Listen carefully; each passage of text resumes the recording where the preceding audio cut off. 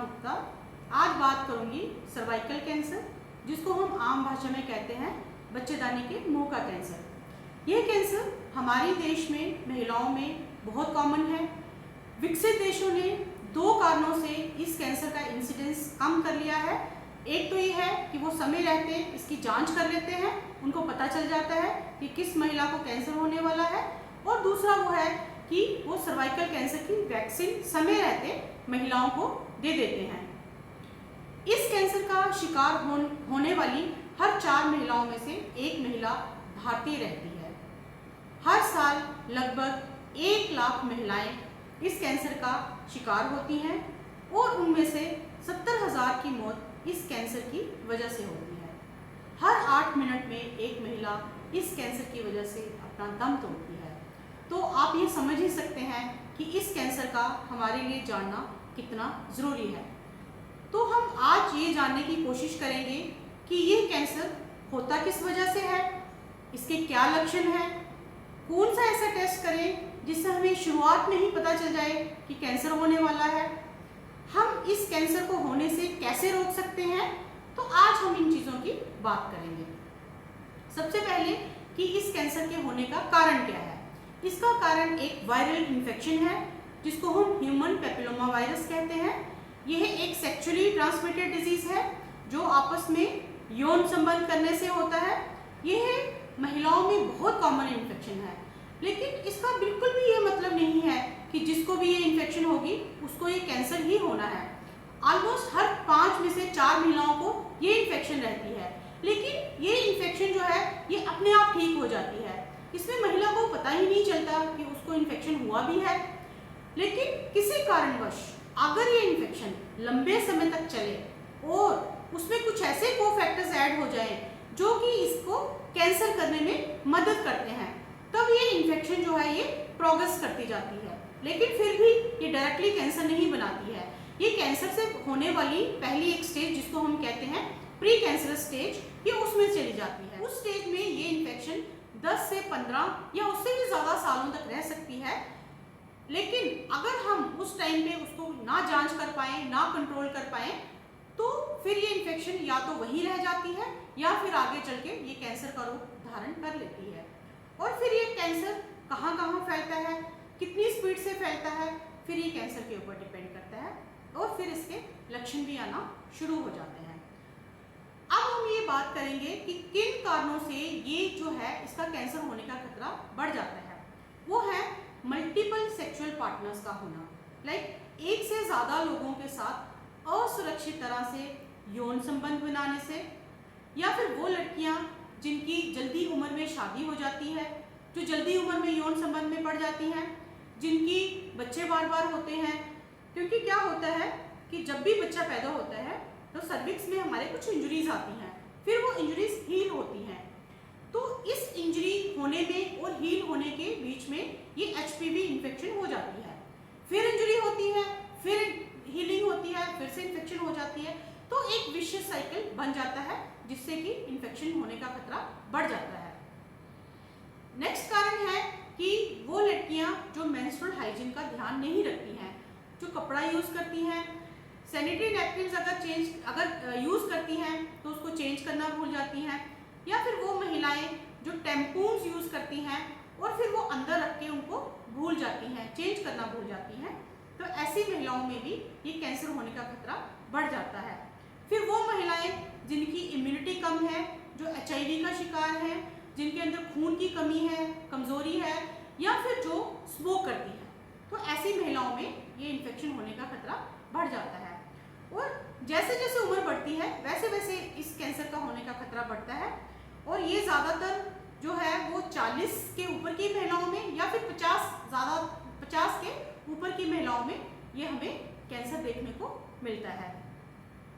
अब हम कुछ ऐसा क्या करें कि हमें पता चल जाए कि कैंसर हुआ है, कैंसर होने वाला है, या अभी एचपीवी इन्फेक्शन हुआ है। क्योंकि ज़्यादा केसेस में शुरुआती तौर में हमें कैंसर के कोई लक्षण नहीं आते। जब तक इसके लक्षण आते हैं तब तक कैंसर आगे बहुत फैल चुका होता है। तो इसके लक्षण हैं जैसे माहवारी का अनियमित होना, उसका कोई एक रेगुलर पैटर्न नहीं रहता है, कभी भी ब्लीडिंग हो सकती है। ब्लीडिंग ज़्यादा भी हो सकती है, ब्लीडिंग कम भी हो सकती है। अपने पार्टनर के साथ रिलेशन करने के बाद ब्लीडिंग होना, गंदा पानी आना, पानी के साथ खून मिक्स होके आना, भूख का ना लगना, कमज़ोरी रहना, तो ये कुछ ऐसे लक्षण हैं जो इस कैंसर की वजह से हो सकते हैं। लेकिन मैं फिर भी यही कहूँगी कि जब तक लक्षण आते हैं, कैंसर जो है वो अपनी शुरुआती स्टेज से आगे निकल चुका होता है। तो हमारे लिए ज़रूरी है कि हम कुछ ऐसा टेस्ट करें जिससे हम शुरुआती स्टेज में ही इस कैंसर को पकड़ सकें, क्योंकि शुरुआती स्टेज में ही इसको ट्रीट करना आसान होता है, ट्रीटमेंट इफेक्टिव भी होता है और पेशेंट को नुकसान भी कम होता है। तो हम एक सिंपल सा टेस्ट है जिसको हम पैप स्मीयर कहते हैं, वो टेस्ट करते हैं। इसके लिए ना तो कोई एडमिशन की ज़रूरत रहती है, ना कोई हॉस्पिटल एडमिशन की ज़रूरत रहती है, ना इसमें कोई एनेस्थीसिया की ज़रूरत रहती है, ना तो ये पेनफुल रहता है। ये सिंपल 2 से 3 मिनट का प्रोसीजर रहता है। इसमें डॉक्टर इंटरनल एग्जामिनेशन के थ्रू सर्वाइकल सिक्रीशंस, ये इस ब्रश की मदद से सर्वाइकल सिक्रीशंस जो हैं वो ले ली जाती हैं और उन सिक्रीशंस को टेस्ट करने के लिए भेज दिया जाता है। फिर उन सिक्रीशंस की रिपोर्ट से हमें पता चलता है कि इसको ये प्री इन्वेसिव स्टेज में है, प्री कैंसर स्टेज में है, या अभी HPV इन्फेक्शन ही हुआ है। तो अगर ये टेस्ट की रिपोर्ट सही आती है तो हम इस टेस्ट को फिर से 3 या 5 साल के बाद फिर से रिपीट कर सकते हैं। हाँ, अगर इस टेस्ट में कोई प्रॉब्लम आती है, हमें कोई अबनॉर्मल सेल्स दिखते हैं, तो इसको कंफर्म करने के लिए हम एक कोल्पोस्कोपी करते हैं। कोल्पोस्कोपी ये सर्विक्स का एक माइक्रोस्कोपिक एग्जामिनेशन रहता है। इसके ज़रिए हम उस एरियाज को आइडेंटिफाई करते हैं जो हमें लगते हैं कि एबनॉर्मल है, और वहाँ से हम एक कोल्पोस्कोपिक गाइडेड सर्वाइकल बायोप्सी लेते हैं, जिसमें कि हम जांच के लिए एक छोटा टुकड़ा वो ले लेते हैं, और उस जांच में हमें कंफर्म हो जाता है कि ये प्री मैलिग्नेंट है या इसमें मैलिग्नेंसी है। तो इन 2 टेस्टों से हमें पता चल जाता है कि कैंसर होने वाला है या फिर कैंसर हो चुका है। अब एक बहुत ज़रूरी बात मैं आपको बताने वाली हूँ कि हम इस कैंसर को होने से रोक सकते हैं, क्योंकि हमारे पास सर्वाइकल कैंसर की वैक्सीन है। जैसे मैंने बताया कि ये HPV इन्फेक्शन बहुत कॉमन है, लेकिन हमारी बॉडी जो है इसमें कोई इम्यूनिटी नहीं बना पाती है। तो वैक्सीनेशन के ज़रिए हम वायरस लाइक पार्टिकल्स बॉडी के अंदर देते हैं, जिससे जो वैक्सीन है हमारी इम्यूनिटी को स्टिमुलेट करती है, ये एंटीबॉडीज़ बनाती है। फिर ये एंटीबॉडीज़ ब्लड के थ्रू सर्विक्स में चली जाती हैं। जब भी कभी HPV इन्फेक्शन होती है तो ये एंटीबॉडीज़ जो है उस एंटीजन को न्यूट्रलाइज कर देती हैं और HPV इन्फेक्शन को होने से रोक देती हैं। लेकिन इस वैक्सीन का सही फ़ायदा तब है अगर ये HPV इन्फेक्शन होने से पहले दी जाए, क्योंकि अगर एक बार HPV इन्फेक्शन हो जाती है तो उसके बाद ये वैक्सीन थोड़ा सा कम इफेक्टिव रहती है। तो इसका सही समय क्या है? इसका सही समय है 9 से 26 साल की उम्र, और उसमें भी वो उम्र जिसमें कि अभी जो महिलाएं हैं या जो लड़कियां हैं वो सेक्सुअली एक्टिव नहीं हुई होती।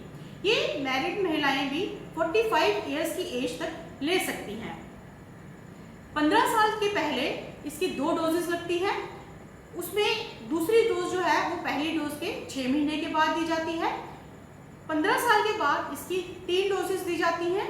दूसरी डोज पहली डोज के 1 या 2 महीने के बाद दी जाती है, और तीसरी डोज पहली डोज के 6 महीने के बाद दी जाती है। इसको प्रेग्नेंट महिलाएं नहीं ले सकती हैं, लेकिन जो महिलाएं अपने बच्चों को दूध पिला रही हैं वो इस वैक्सीन को ले सकती हैं। अगर कोई लड़की जो ये वैक्सीन ले रही है, माना कि उसके बीच में शादी हो जाती है, तो वो 6 महीने की बजाय 4 महीने पे भी ये वैक्सीन ले सकती है। मार्केट में 2 तरह की वैक्सीन अवेलेबल है, एक सर्वालिक्स है और एक गार्डासिल है। तो आप ये वैक्सीन लेके अपने आप को इस कैंसर से बचा सकते हैं। तो अंत में मैं यही कहूँगी कि 3 चीज़ों से हम इस होने वाले कैंसर को रोक सकते हैं। एक तो वैक्सीनेशन के थ्रू, दूसरा early testing through pap smear.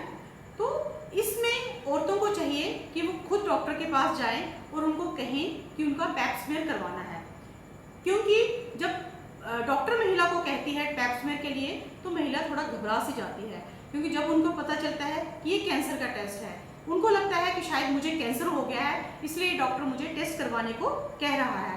सो ये अवेयरनेस जो है महिलाओं को खुद चाहिए।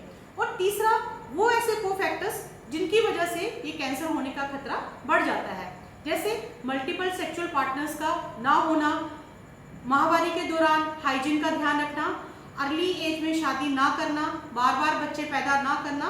तो अगर हम इन छोटी छोटी चीज़ों का ध्यान रखें और टाइम पे हम वैक्सीनेशन ले लें और अर्ली टेस्टिंग करवाएं, जो पैप्समेयर हम करवा लें, तो मुझे लगता है कि हम बहुत हद तक इस कैंसर को कम करने में हेल्प कर सकते हैं।